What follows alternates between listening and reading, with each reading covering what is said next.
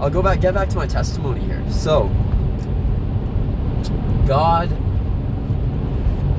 did a work in my life that night when I was 16. I believe it was at that time that God saved me. I was at the end of myself. God brought me to the point of complete hopelessness, so I could see my hope, my only possible hope, was in Him, and Him alone.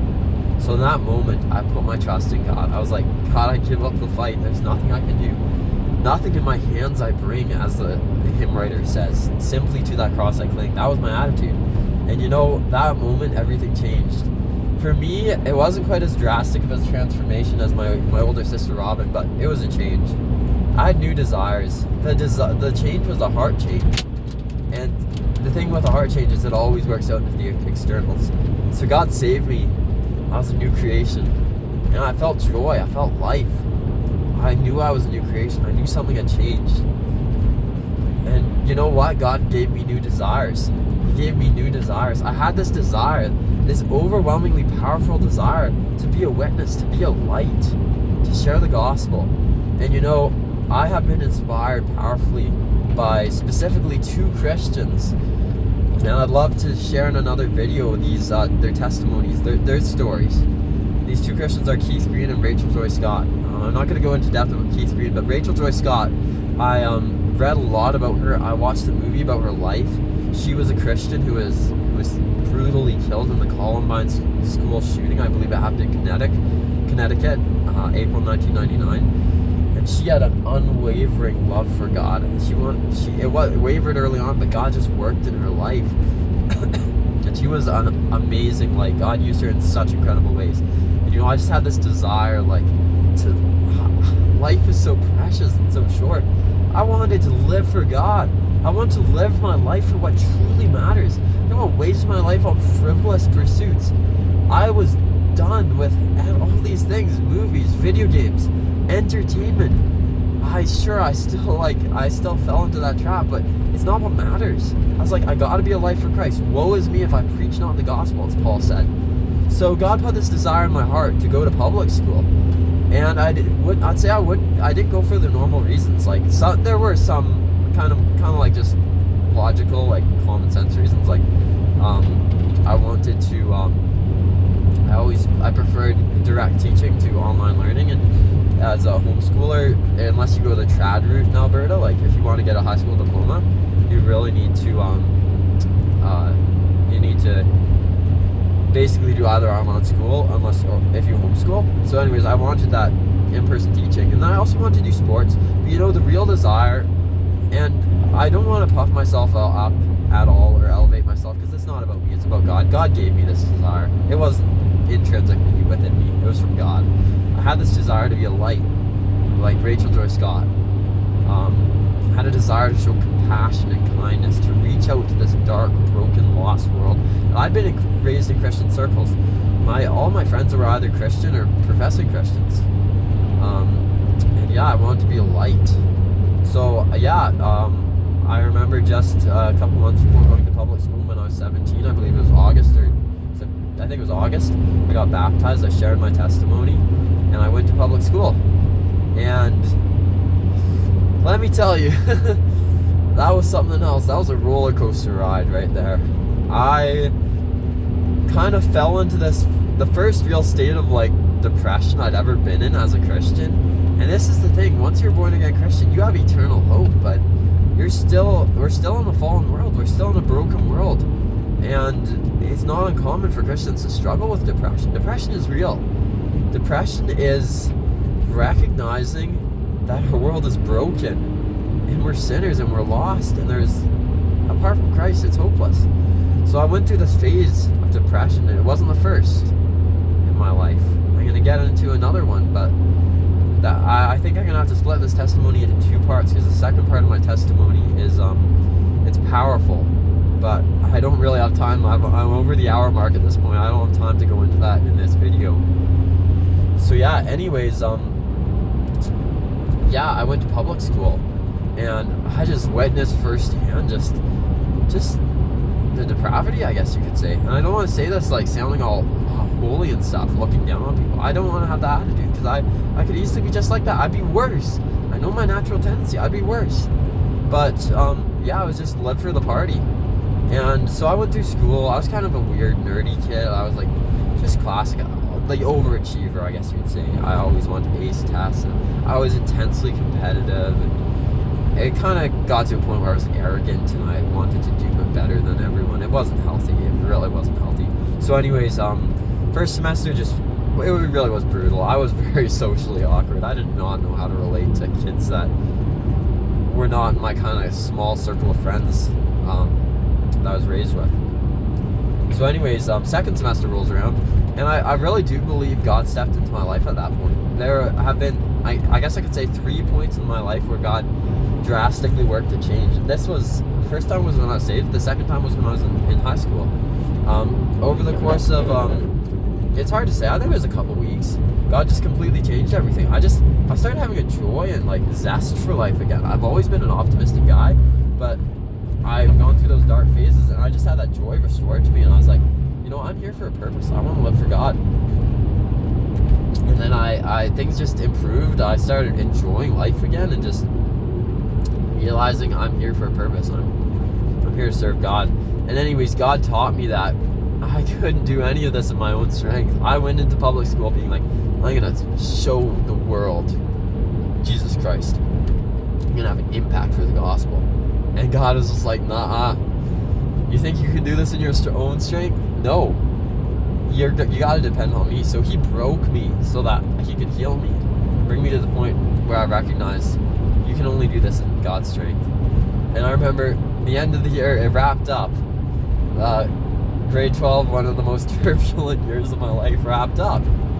And I got to the end, and yeah, God really blessed me, and I learned so much. I made some friends, and I had the privilege of being co-valedictorian in my class, which it really wasn't much of a feat. There were only 18 students. It's really not that hard. Most kids didn't even try, so it's nothing spectacular.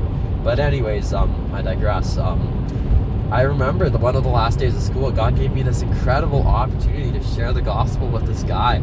And I just had I knew that this guy and I just had a lot in common. We were like, we both really are analytical and think things through. And we both kind of were like comedic. Like, I can be a goof. And my whole family will tell you, like, I could be a goofy person. And he was kind of like that too, but he was also a really deep thinker. So him and I had some good conversations. And anyways, I had this amazing opportunity to share the gospel with him, share my testimony. I just remember this guy, he's like built like an ox, like just a tough guy. No one messes with him. He was at the point of tears, and I was like, God, would you open his eyes and save him? And I don't know where he is today. If God saved him, I do have hope. But yeah, just literally that one opportunity to share the gospel almost made it all worth it. All the turbulence and struggle was like, if God just uses my testimony and the gospel to plant this one seed, it's worth it.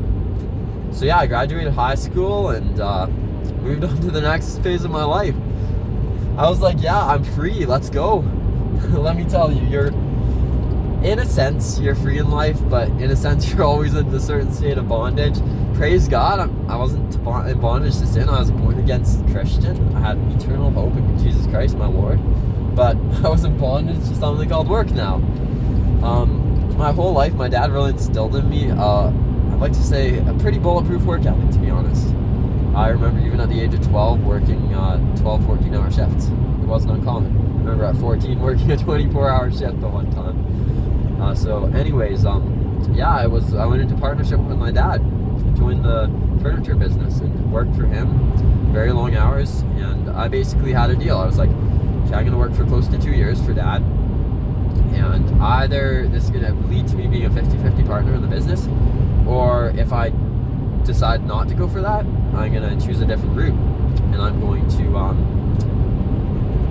to leave the business, and we'll come up with a monetary settlement to compensate me fully. Even though I was being paid at the time, I wasn't being paid a ton, so, but it's kind of more personal family matters. So anyways, yeah, I worked for my dad. At that same time, I joined the good old Cremona District Emergency Services Fire Department, and oh man, what a legendary time. That was amazing. I was on the fire department for, I believe, 3 years, and I saw some crazy stuff. You better believe me. I saw a guy's arm get crushed by a dump truck. Like, this dump truck box, the hydraulics failed, crushed his arm. I had to land the I mean, I wasn't flying the helicopter, but I had to direct with beacons and land the Stars helicopter. I did that on a couple of calls. I saw some brutal stuff. I don't want to go into details, but I've dealt with suicides firsthand. I've seen some pretty nasty stuff, and I don't need to go into depth on this, but PTSD is real. Trust me. You, as a first responder, military, you're gonna see things that you're never gonna erase from your mind. That's the case for me. I've had to administer CPR to an individual who committed suicide, and you can't erase those images from your mind. It's really dark. So yeah, that was a little bit. Definitely, you have to become a little desensitized. So I kind of did become desensitized, and in some respects, it wasn't good because I really was like loving it at the fire department, but there were tough times. But I kind of just fell into the swing of things and sort of went along with the dark humor. And I hate to say it, I love paramilitary. I'm a military man by nature. That's who I am. It's every fiber of my being. Anyone who knows me will tell you that. But there was some corrupt influences. I got into just drinking a little bit with the guys on the fire department. I had struggled with that a little bit in high school too. So I struggled. I didn't have a perfect walk with God. I was struggling. But again, God was constantly teaching me to depend on Him. Anyways, so the summer of 2019 rolled around. And that summer I committed to go down to Grandview Camp and serve as a counselor. That was an incredible summer. You know, God taught me so much. I'm 23 years old now. I was 19 at the time, but let me tell you, some of us mature more quickly than others. I think I matured pretty slow, to be honest. I was 19 and I was extremely immature. I hate to say it. I look back, I'm like, what was I doing? Yes, I had a really great time, and I believe I had a good impact on a lot of campers, but I was kind of selfish and like your typical teenage guy. I wanted a girlfriend and all that, and I just was distracted there.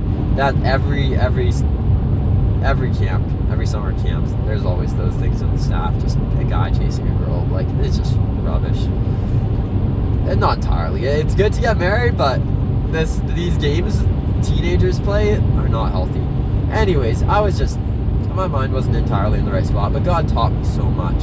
He showed me just my sin and my need for Him that summer. Like, I was kind of seeking attention, and I just said some things that were not right and honor attention, and I only said them just for attention, and I kind of have this sarcastic sort of thing about me. I'm like, my family's very sarcastic, and for anyone who doesn't understand sarcasm, you're probably not going to get me, because I can be pretty sarcastic. I do try to bridle it though. So anyways, I said some things to people, and I was like, what have I done? I cried out to God. I remember I was in tears the one time, and this is like something that developed later on in my life. When I was a kid, I was very unemotional, but as I started growing up, once God saved me, like, once you recognize the profound truths of the gospel, you can be the most unemotional boulder. You're gonna have powerful emotional experiences. I remember multiple times being in tears, being like, God, why are you so good? Why did you save a wretched sinner like me? I remember, like, at camp the one time, in tears, like, being, God, I'm a broken sinner. I have dishonored your name. Would you please forgive me? Yeah, God taught me so much that summer. He really instilled in me a desire to serve and reach out to others. And I just really started trying to focus more and more, less and less on myself, more and more on God, and more on others. Because you can have such a tremendous impact. It's so meaningless to live this life of self-centeredness, where you're just constantly looking within. It'll get you nowhere in life. So anyways, it was a great experience. Life went on. God just continued teaching me so many powerful truths. And yeah, life went on. And I came back from camp, went back to work with my dad, started to wrap things up at the end of 2019. January 11th, 2020, that's the next big date. That was a brutal day, one of the most brutal days of my life. We have a couple of outbuildings. One we call the White House. We used to live in it before my dad built our straw bale house. And we have a couple of big wood piles in our wood shop. In the course of one day, due to just a careless accident, really what happened is we're in the process of finishing some wood, and We were using linseed oil, and we left all the paper towels from some linseed oil soaked rags in a bag, garbage can in the upstairs of the White House. And this may sound crazy. I'm not going to go into the scientific, chemical, stoichiometric explanation, but when you have highly volatile gases evaporating from flammable substances, it creates immense BTUs, immense levels of heat. It's basically an exothermic reaction. And when this heat gets captured in a little pocket of air, you have all the flammable object, you have the oxygen, you have everything necessary for spontaneous combustion. So literally, this bucket of oil-soaked paper towel spontaneously combusted, and the house burned down. The White House burned down. A huge wood pile with, I'm not gonna say how much, but it was well over 100,000 worth of wood burned down. Brutal, absolutely brutal. And I was on the fire department. I got into my bunker gear. I was waiting for the fire department, and I just saw some of our livelihood burn up right in front of my eyes. And that was like what I worked for in the business. I spent years working towards that. My dad had too. It was devastating, completely devastating. And I just remember my dad and our relationship was on the rocks. I just wanted to get away from home. I was like, it was psychological. I knew at that time that I could have easily been suicidal. So I literally shut down my mind. I was like, I'm not gonna think about it. I'm not gonna think about this terrible, tragic incident that happened, because it's gonna drive me to suicide, literally.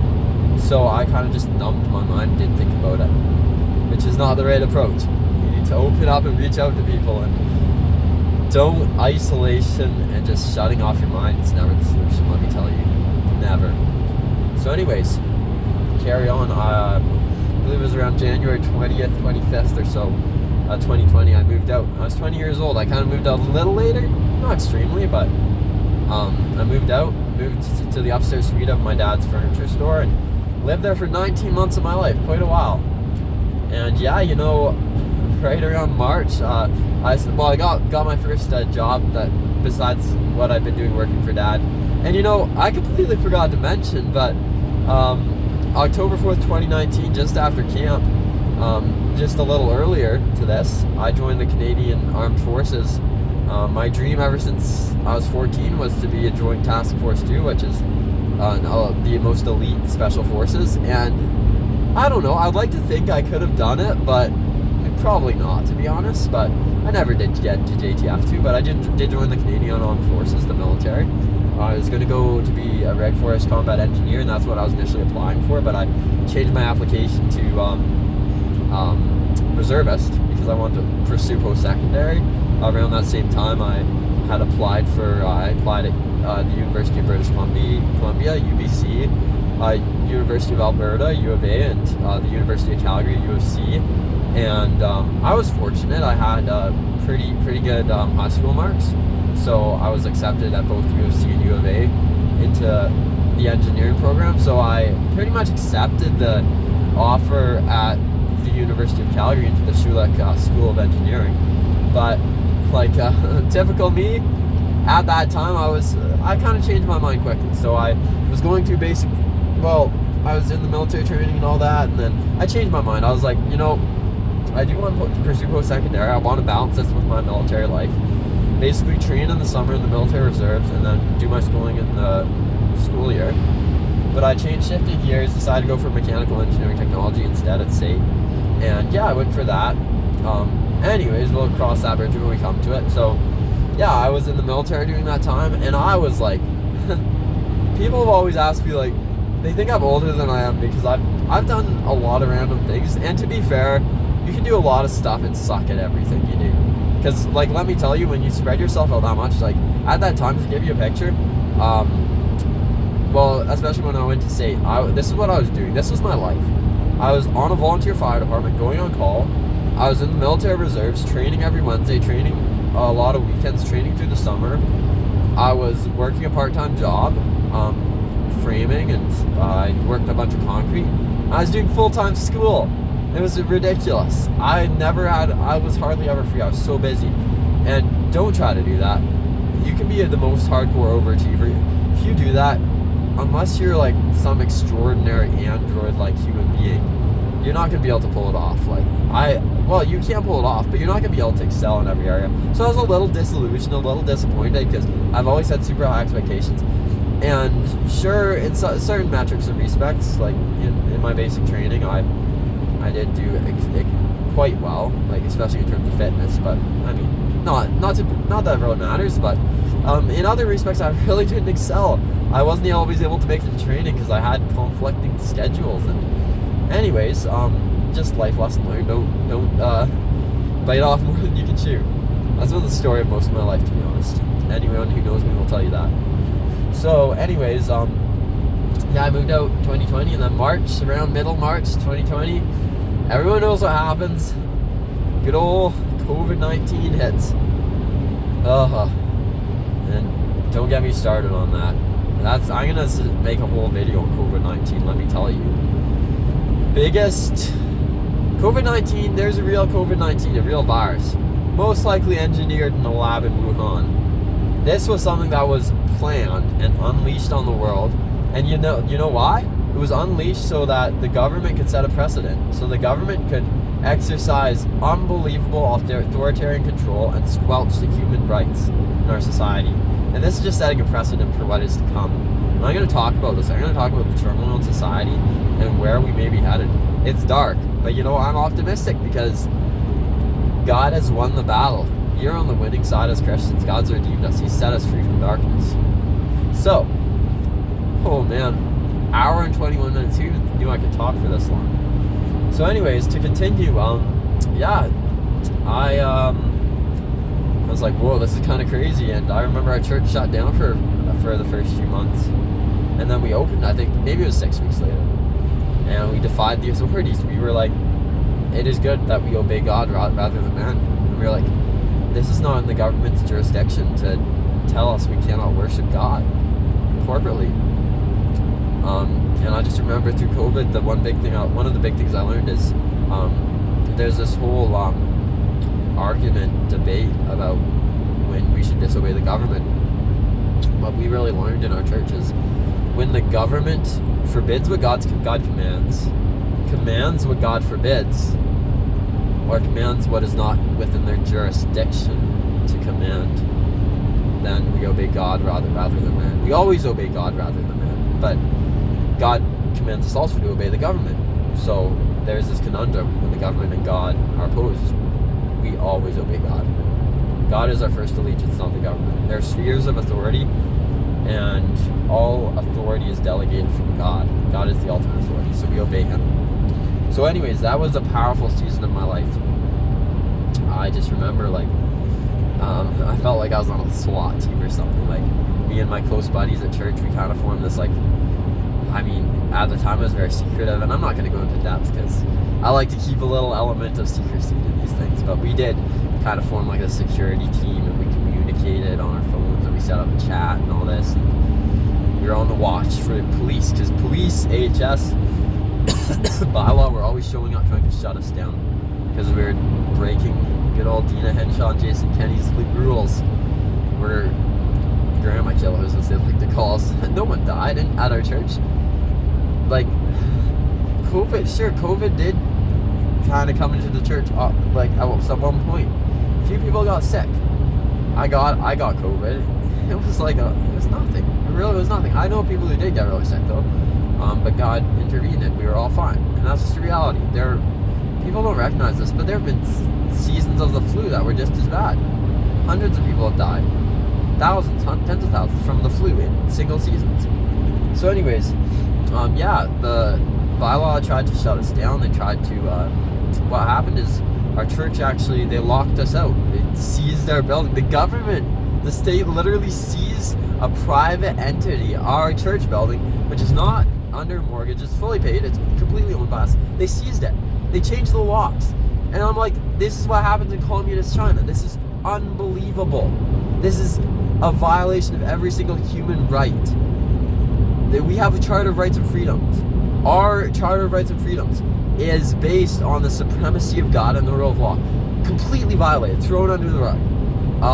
I don't want to start going into a rant here, but literally, it was despicable, completely despicable what happened to COVID.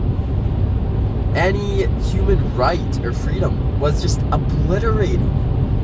Like, it was ultimate government overreach. It was terrible. So our pastor, he was arrested, not once, twice, for keeping our church open and preaching the gospel faithfully. He was arrested for loving and caring for people. Where does this happen? What country does this happen where the most loving, servant-minded person as a pastor is imprisoned and rapists and murderers are on their streets prowling? What is this? Again, this is human depravity. This is the source of this is what comes of a fallen world. So yeah, I just remember seeing this and I was like, wow. And you know, God worked in such powerful ways in that season of life, like just incredible ways. The government, the media was just lambasting our church, just talking trash. And yeah. You know what happened? All that media coverage was free advertising. I don't really want to say it like that because it's not, you don't advertise as a church. But people were like, oh, this church is open. We want to hear God's word. We want to be there. There were some freedom fighters. I'm a freedom fighter. But my number one protocol and priority is not freedom fighting. It's serving God, furthering His kingdom. Seek ye first the kingdom of God and His righteousness, and all these things will be added to you. So our church literally tripled in size. 120 to about 360 over the course of COVID. And yeah, when we were booted out of the church, we literally met at like a park in Calgary and other locations. And I remember there being a police helicopter flying over us. It literally felt like we were straight out of a movie. Like, it was just unbelievable, some of the stuff that happened. I remember having confrontations with these police officers, unreal, and telling them that they were breaking the law. I mean, literally, where does this happen? The government. We were law-abiding citizens. I'm not trying to justify us, but I think we've been vindicated in a sense, because we are merely obeying what our law has intrinsically laid out. We have freedom of religion, freedom of speech, freedom to assemble, freedom of mobility, and the government stole this from us. And they were breaking the law. They were violating their own laws. Law above government. They're violating the law. I remember section, I'm trying to remember, I think it was 176 of the criminal code states that police officers cannot interrupt a religious service, and they're trying to do that. We showed them. We were like, you are violating your oath. You're breaking the law. Yeah, you're supposed to uphold the law. What are you doing? And they were like, okay. They couldn't argue with that, so they didn't come into the church in the service. But yeah, that was a whole story of itself. I'm gonna have to make a longer video talking about the whole COVID situation. But God just taught us all so much in that period of time. His goodness was so evident. And you know, over that period of time, I had so many friends who bowed the knee to Jesus Christ and were transformed. Like, let me tell you, transformed from darkness to light. Like, just unbelievable. Just, God is incredible. He works in powerful, transformative ways. So, anyways, I should probably get to wrapping this up pretty soon. So, that was 2020, and then 2021, another year rolled by. The summer of 2020, I did all my basic training, BMQ land, and I don't need to talk about my military training, but fun times. Going 90 hours on 5 hours sleep and almost getting hypothermia. It's not something you quickly forget. Anyways, that's talk for another day. So yeah, finally we got our church back, and Pastor Chamet was arrested twice. We got our pastor back, and now our church is vibrant, growing. I've met so many incredible people. It's like a family. So yeah, that I think that pretty much comprises. That's where I'm going to cut it off, because the next phase of my life, I moved to Calgary and continued my education at SAIT with mechanical engineering technology. But that, oh man, let me tell you, this is. If you think some of what I've told you so far, this isn't a crazy testimony, to be fair. It's like just pretty ordinary stuff. Some like interesting stuff, nothing crazy. But what happened in the next season of my life, that's where the rubber hits the road. Let me tell you, God put me through the most major trial I've ever been in my entire life. I was on the rocks, man. I was suicidal. Like, this is some serious stuff I'm gonna get into in the next video. Like, I mean, serious. Like, just heart-wrenching. I mean, God spared my life multiple times. So that that is coming up in the next video. So I really hope you enjoy this. I hope this is meaningful. I don't want you to go back thinking about me. Like, I'm just your average Joe Schmo. I'm nothing special. God's just worked in my life in incredible ways, and I want to share it with you guys. So I want you to go home, and I want your takeaway from this to be, God is glorious, God is awesome, God is beautiful, God is so good. His goodness is immeasurable. And I want you to, if you haven't bowed the knee to God, all I can tell you is there's so many things this world can preach to you, so many things this world sells you. They're good messages. I'm an entrepreneur. I love like entrepreneurial, like the hustle mindset. I love like this ownership. I'm like, that's literally, I could talk about for hours about ownership and responsibility, but ultimately at the end of the day, all that matters is that you come to a saving knowledge of Jesus Christ our Lord. That's going to transform your life forever. That's what you need. So if you haven't, cry out to God. I've explained the gospel. I think you understand it from what I've said. If you haven't, cry out to God to save you. If you are a born-again Christian, praise God. Live for Him the rest of your life. Further His kingdom. We are on a mission. We're on a battlefield. You know, that military mindset I have, God's given me that.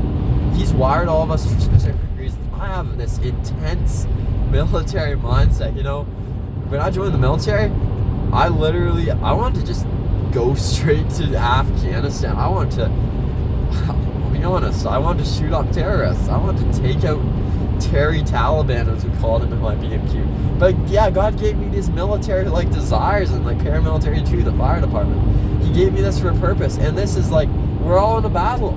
We're all furthering God's kingdom. The power of Satan cannot be underestimated. The power of God is so much greater.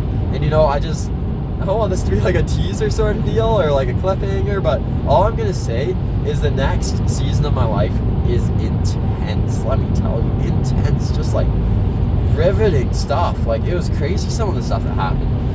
I mean, nothing out of this world, but I sensed firsthand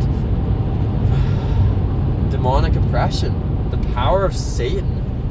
Satan is a roaring lion, seeking whom he may devour. But God, if God has saved you, He will never let you go, and that's such an encouragement. So God is victorious at the end of the day. So I absolutely cannot wait to get to the next section of my testimony, and I hope you guys are excited too. No, it's nothing about me. This is God's goodness. So your takeaway from this is the goodness and the grace and mercy of our amazing God. There are so many things you'll never comprehend in this life, and our levels of comprehension vary. But the one thing that will never even scratch the surface like, never understand, even in heaven, is the depth of God's mercy and grace in Jesus Christ our Lord. So yeah, that's my testimony. Part one. How long did that take? Almost an hour and 30 minutes of our meeting? Yeah. Well, if you've gotten to the end of this video, congratulations. You have a lot of patience, and you can put up with a lot of talking.